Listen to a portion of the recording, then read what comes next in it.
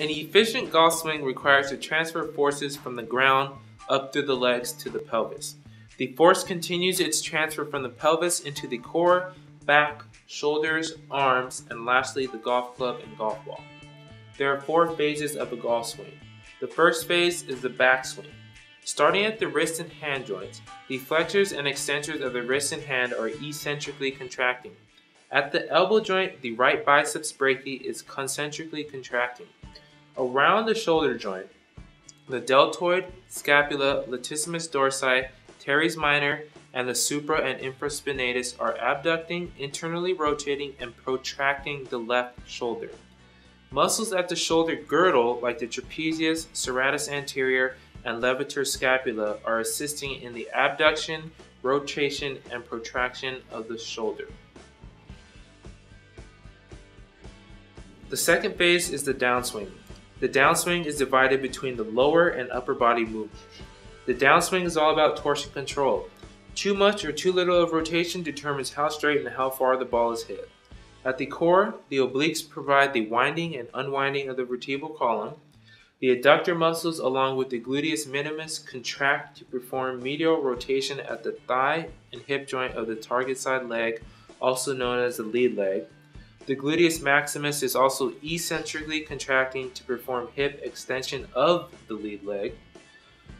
The trail side leg uses the quadriceps, adductor magnus, and gluteus maximus for thigh and knee extension, the hamstrings for hip extension, and the gastrocnemius and soleus for plantar flexion at the ankle.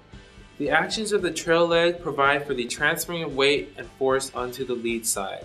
The muscles involved with weight transferring are the quadriceps and the adductor muscles. The upper body is also involved during the downswing. The latissimus dorsi and pectoralis major counter one another to provide equal distribution of force on both sides of the golfer's body.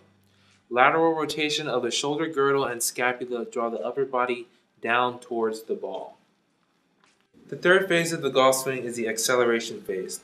At the lead side of the body, the pectoralis major is concentrically contracting. This contraction controls the external rotation of the left side. On the right side, the upper serratus anterior is protracting the scapula.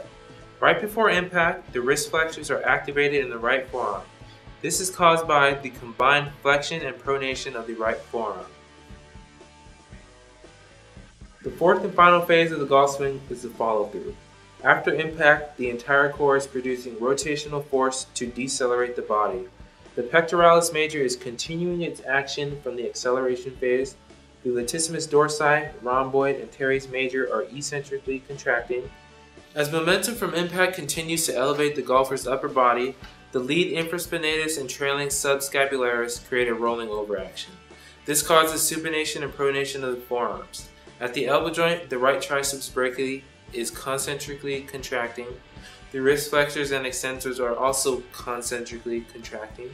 And in the lower body, the quadriceps are eccentrically contracting, and the gastrocnemius plantar flexes at the ankle joint.